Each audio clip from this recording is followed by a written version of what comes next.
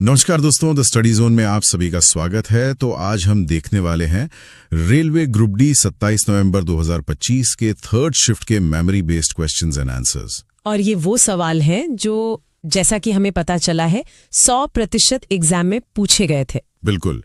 तो चलिए बिना देर किए शुरू करते हैं। पहला सवाल देखते हैं फिजिक्स से। सवाल है, न्यूटन के गति के तीसरे नियम का सबसे स्पष्ट उदाहरण क्या है?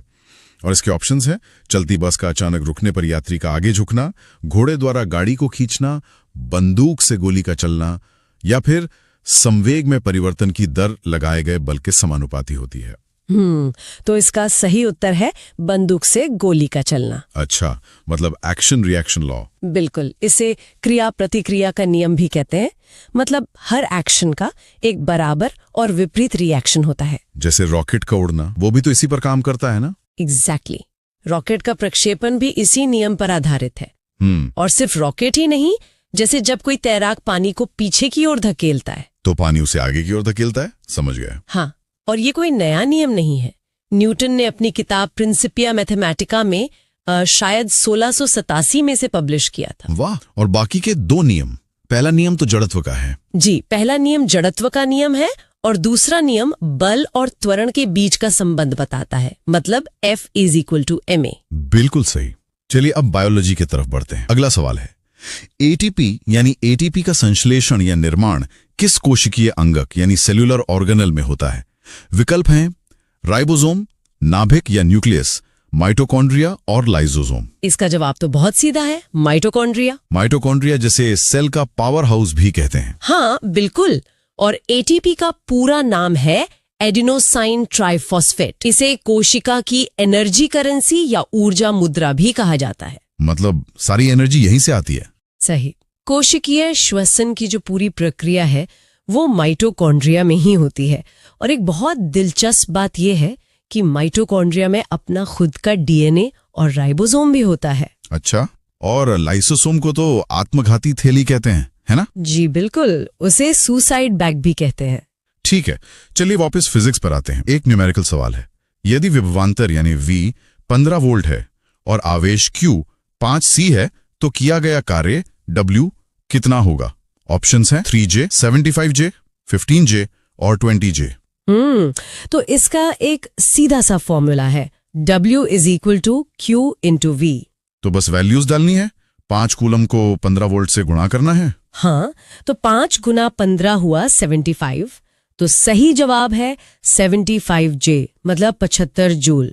और ये J, V, C ये सब SI मात्रक है ना? जी, कार्य का SI मात्रक जूल है, विभवांतर का वोल्ट और विद्युत आवेश का कूलॉम। और कार्य एक अदिश राशि है, मतलब इसमें सिर्फ परिमाण होता है, दिशा नहीं। बिल्कुल सही। अगला सवाल भी ऊर्जा से ही जुड़ा है। शक्ति यानी पावर के संदर्भ में ऊर्जा यानी एनर्जी का सूत्र क्या है? विकल्प है energy = power × time, energy = power time, energy = time power या एनर्जी = पावर × टाइम। इसका सही उत्तर है एनर्जी = पावर × टाइम। मतलब पावर जो है वो एनर्जी को इस्तेमाल करने की दर है। हाँ, इसे ऐसे समझ सकते हैं कि शक्ति कार्य करने की दर को कहते हैं।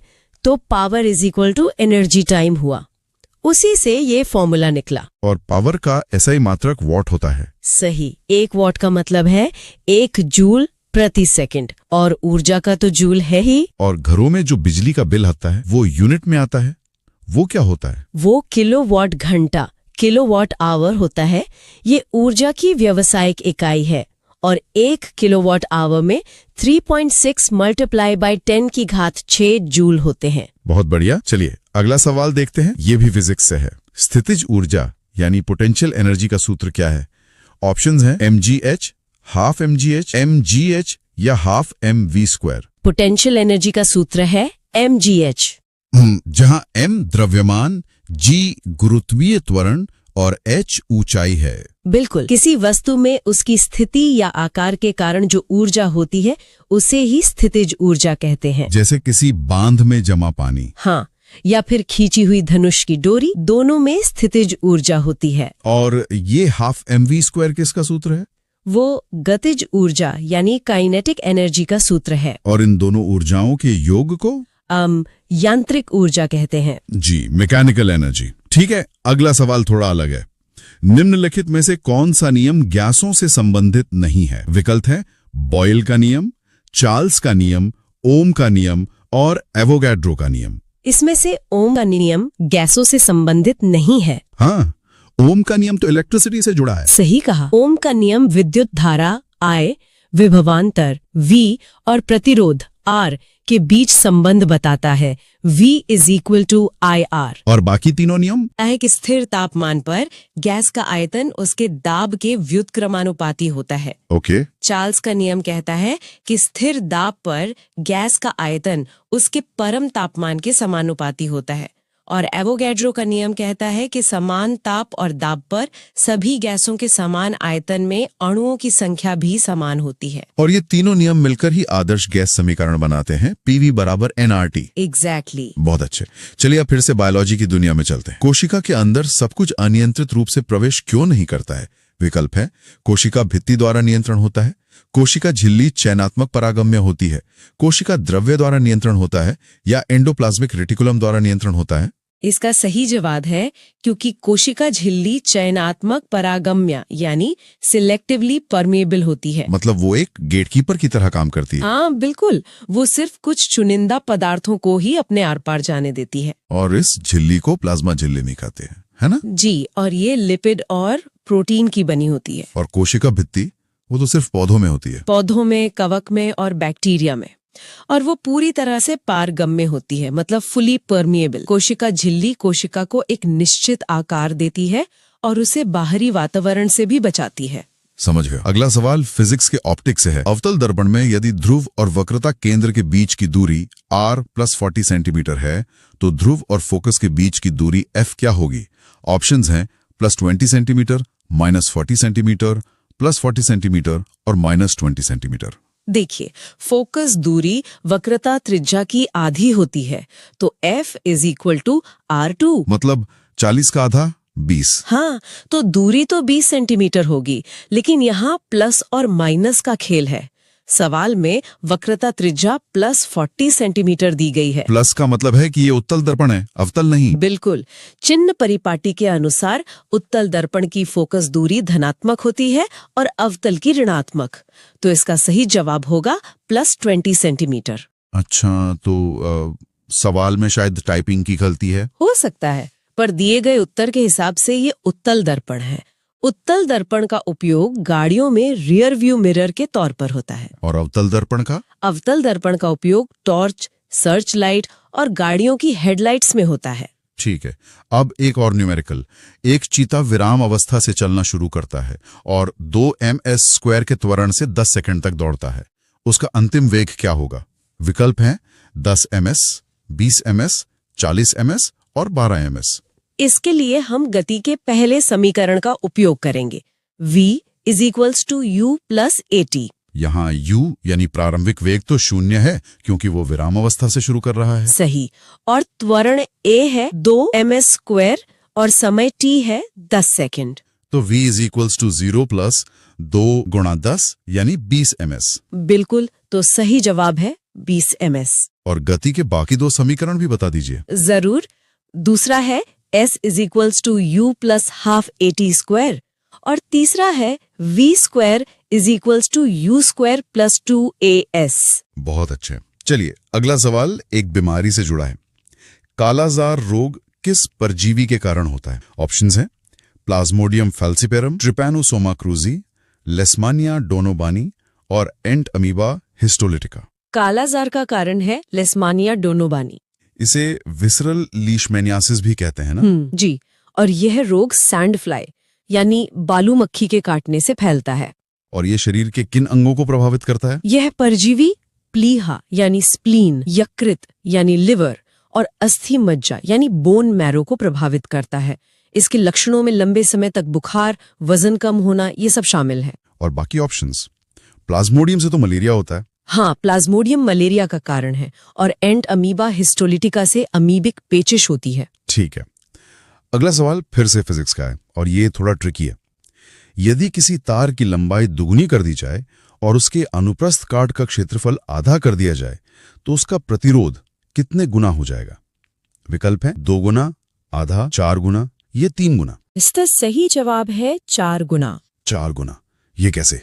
देखिए, किसी तार का प्रतिरोध R उसकी लंबाई L के समानुपाती होता है और क्षेत्रफल A के व्युत्क्रमानुपाती। मतलब R is equal to rho L A. बिल्कुल। अब जब लंबाई को 2 गुना यानी 2L और क्षेत्रफल को आधा यानी A2 कर दिया जाए तो नया प्रतिरोध होगा रो 2L A2। तो 2 ऊपर जाकर 4 बन जाएगा। हाँ, तो ये हो जाएगा रो 4LA जो कि 4R के बराबर है, इसलिए प्रतिरोध 4 गुना हो जाएगा। ये तो बहुत ही अच्छा सवाल था। और प्रतिरोध का SI मात्रक ओम होता है। जी, और प्रतिरोधकता का ओम मीटर। अगला सवाल देखते हैं बायोलॉजी से। कोशिका भित्ति यानी सेल वॉल प्लाज्मा झिल्ली से किस ओर स्थित होती है? अंदर की ओर, कोशिका द्रव्य की ओर, केवल पशु कोशिकाओं में या बाहर की ओर? कोशिका भित्ति हमेशा प्लाज्मा झिल्ली के बाहर की ओर होती है। ये तो पादप कोशिकाओं का सबसे बाहरी आवरण है। सही। ये कोशिका को संरचनात्मक मजबूती और सुरक्षा देती है। और ये किसकी बनी होती है? पौधों में ये मुख्य रूप से सेल्यूलोज की बनी होती है और कवक में काइटिन की। और पशु कोशिकाओं में? पशु कोशिकाओं में कोशिका भित्ति नहीं पाई जाती। ठीक है। अगला सवाल भी बायोलॉजी से है, वनस्पतिक जनन पर। वनस्पतिक जनन के लिए किस पौधे की पत्तियों पर कलियां यानी बर्ड्स पाई जाती हैं? विकल्प हैं गुलाब, आलू, प्याज और ब्रायोफाइलम। इसका सही जवाब है ब्रायोफाइलम। ब्रायोफाइलम, जिसे अजूबा या पत्थर चट्टा भी कहते हैं। जी, इसकी पत्तियों के किनारों पर अस्थानिक कलिकाएं निकलती हैं जो नए पौधे को जन्म देती हैं। ये एक तरह का अलैंगिक जनन है ना? हाँ, इसे वनस्पतिक जनन या वेजिटेटिव प्रोपगेशन कहते हैं। और आलू और गुलाब में कैसे होता है? आलू में तने यानी कंद से होता है और गुलाब में कलम यानी कटिंग लगाकर। प्याज में बल्ब से होता है। इस विधि से जो पौधे बनते हैं वो बिल्कुल अपने जनक पौधे जैसे होते हैं। जी, आनुवांशिक रूप से बिल्कुल समान। अगला सवाल भी पौधों से ही जुड़ा है। यदि किसी पेड़ को मिट्टी से उखाड़ दिया जाए तो निम्न में से किसका परिवहन सबसे अधिक प्रभावित होगा? ऑप्शंस हैं फ्लोएम द्वारा भोजन का परिवहन, जड़ों द्वारा कार्बन डाइऑक्साइड का अवशोषण, जाइलम द्वारा जल एवं खनिजों का परिवहन या पत्तियों द्वारा ऑक्सीजन का परिवहन। अगर पेड़ को उखाड़ दिया तो सबसे ज्यादा प्रभावित होगा जाइलम द्वारा जल एवं खनिजों का परिवहन, क्योंकि जड़ें ही तो पानी और खनिज सोखती हैं। बिल्कुल। जाइलम एक संवहन ऊतक है जो जड़ों से जल और खनिज लवणों को पत्तियों तक पहुंचाता है। पेड़ उखाड़ने से ये प्रक्रिया पूरी तरह रुक जाएगी। और फ्लोएम क्या करता है? फ्लोएम दूसरा संवहन ऊतक है। वो पत्तियों में बने भोजन को पौधे के बाकी हिस्सों तक पहुंचाता है। अच्छा, जाइलम में पानी ऊपर की तरफ जाता है, सिर्फ एक दिशा में। जी, और जाइलम और फ्लोएम मिलकर संवहन बंडल यानी वैस्कुलर बंडल बनाते हैं। ठीक है। अगला सवाल थोड़ा स्पेस से जुड़ा हुआ है। किसी वस्तु का वजन चंद्रमा पर पृथ्वी की तुलना में कम क्यों होता है? ऑप्शंस हैं क्योंकि चंद्रमा पर वायुमंडल नहीं है, क्योंकि चंद्रमा का द्रव्यमान पृथ्वी से अधिक है, क्योंकि चंद्रमा पर वस्तु की मात्रा कम हो जाती है, या क्योंकि चंद्रमा का गुरुत्वाकर्षण बल पृथ्वी से कम होता है। इसका सीधा सा जवाब है क्योंकि चंद्रमा का गुरुत्वाकर्षण बल पृथ्वी से कम होता है। कितना कम होता है? चंद्रमा का गुरुत्वाकर्षण पृथ्वी के गुरुत्वाकर्षण का लगभग 16 गुना है। इसीलिए वहां वजन भी 16 हो जाता है। बिल्कुल, किसी वस्तु का वजन उस पर लगने वाला गुरुत्वाकर्षण बल ही है। W = mg। और यहाँ द्रव्यमान और वजन में अंतर समझना जरूरी है। हाँ, द्रव्यमान यानी मास तो हर जगह समान रहता है, बदलता नहीं है। सही। द्रव्यमान पदार्थ की मात्रा है जबकि वजन एक बल है और वजन का SI मात्रक न्यूटन है। ठीक है। अब फिर से ऑप्टिक्स पर आते हैं। लेंस के लिए आवर्धन यानी मैग्निफिकेशन का सूत्र क्या है? विकल्प है m = -vu, m = uv, m = u × v या m = vu। लेंस के लिए आवर्धन सूत्र है m = vu। vu, जहां v प्रतिबिंब की दूरी है और u वस्तु की दूरी। जी, और आवर्धन प्रतिबिंब की ऊंचाई और वस्तु की ऊंचाई का अनुपात भी होता है। m = h-h। और दर्पण के लिए सूत्र में एक माइनस साइन होता है, m = -vu। हाँ, ये अंतर याद रखना बहुत जरूरी है। लेंस में प्लस, दर्पण में माइनस। और m के मान से प्रतिबिंब के बारे में भी पता चलता है ना? जी, अगर m पॉजिटिव है तो प्रतिबिंब आभासी और सीधा होगा, अगर नेगेटिव है तो वास्तविक और उल्टा। और अगर m का मान 1 से बड़ा है तो प्रतिबिंब वस्तु से बड़ा बनेगा।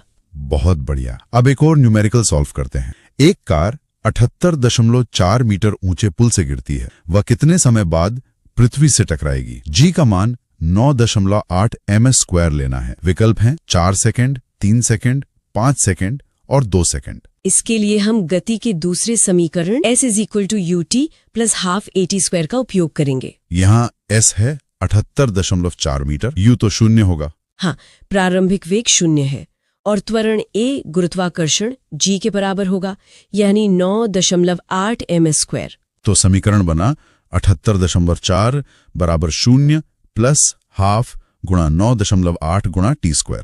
मतलब 78.4 = 4.9 गुणा t²। तो t² हुआ 78.4 को 4.9 से भाग देने पर, जो कि 16 आता है। सही। और 16 का वर्गमूल होता है 4, तो सही जवाब है 4 सेकंड। बिल्कुल। अगला सवाल देखते हैं बायोलॉजी से। जब एक कोशिकीय जीव प्रजनन के समय 2 खंडों में विभाजित होकर जनन करता है तो इस प्रकार के प्रजनन को क्या कहा जाता है?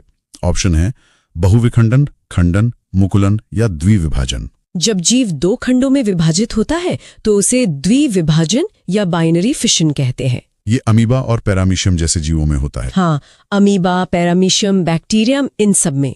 इसमें जनक कोशिका 2 समान संतति कोशिकाओं में बट जाती है। और बहुविखंडन? बहुविखंडन में एक कोशिका एक साथ कई संतति कोशिकाओं में विभाजित होती है, जैसे प्लाज्मोडियम जो मलेरिया का परजीवी है। और मुकुलन और खंडन? मुकुलन या बडिंग हाइड्रा और यीस्ट में होता है, और खंडन या फ्रैगमेंटेशन स्पाइरोगायरा जैसे जीवों में होता है। ठीक है।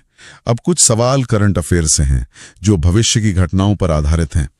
IPL 2025 में पर्पल कैप किस खिलाड़ी ने जीता? ऑप्शंस हैं प्रसिद्ध कृष्णा, सूर्य कुमार यादव, साई सुदर्शन, कुणाल पांड्या। दिए गए उत्तर के अनुसार इसका जवाब है प्रसिद्ध कृष्णा। पर्पल कैप तो उस गेंदबाज को मिलता है जो टूर्नामेंट में सबसे ज्यादा विकेट लेता है। जी, और सबसे ज्यादा रन बनाने वाले बल्लेबाज को ऑरेंज कैप मिलती है। ठीक है। अगला सवाल देखते हैं। उल्लास नव भारत साक्षरता कार्यक्रम के तहत भारत का पहला पूर्ण साक्षर राज्य कौन सा बना है? विकल्प हैं गोवा, मिजोरम, त्रिपुरा, हिमाचल प्रदेश। इसका सही उत्तर है मिजोरम। और ये उल्लास कार्यक्रम क्या है? शिक्षा नीति 2020 के अनुरूप है। जी। अगला सवाल भी करंट अफेयर्स से। 2025 में Laureus World Sports team of the year पुरस्कार किस फुटबॉल क्लब को दिया गया? ऑप्शंस हैं Real Madrid football club, Barcelona, Liverpool, Manchester United. इसका सही जवाब है Real Madrid football club. Laureus awards को तो खेल जगत का ऑस्कर माना जाता है। हाँ, ये हर साल उत्कृष्ट प्रदर्शन करने वाले खिलाड़ियों और टीमों को दिए जाते हैं। ठीक है। अगला सवाल कबड्डी से। 2025 का कबड्डी विश्व कप किस टीम ने जीता है? विकल्प हैं भारत, ईरान, इंग्लैंड, पाकिस्तान। इसका सही उत्तर है भारत। भारत ने तो अब तक ज्यादातर कबड्डी विश्व कप जीते हैं। जी बिल्कुल। कबड्डी का जन्मदाता भी भारत को ही माना जाता है। चलिए अगला सवाल देखते हैं।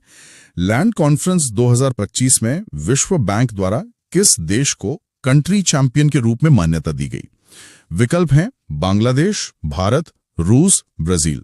इसका सही उत्तर है भारत। जी, ये मान्यता भूमि प्रशासन और सुधारों में देश के प्रदर्शन को दर्शाती है ना? जी बिल्कुल। और आखिरी सवाल राजनीति से। मणिपुर विनियोग विधेयक को संसद ने किस वर्ष पारित किया था? विकल्प हैं 2023, 2025, 2026, 2024। दिए गए उत्तर के अनुसार इसका सही जवाब है 2025।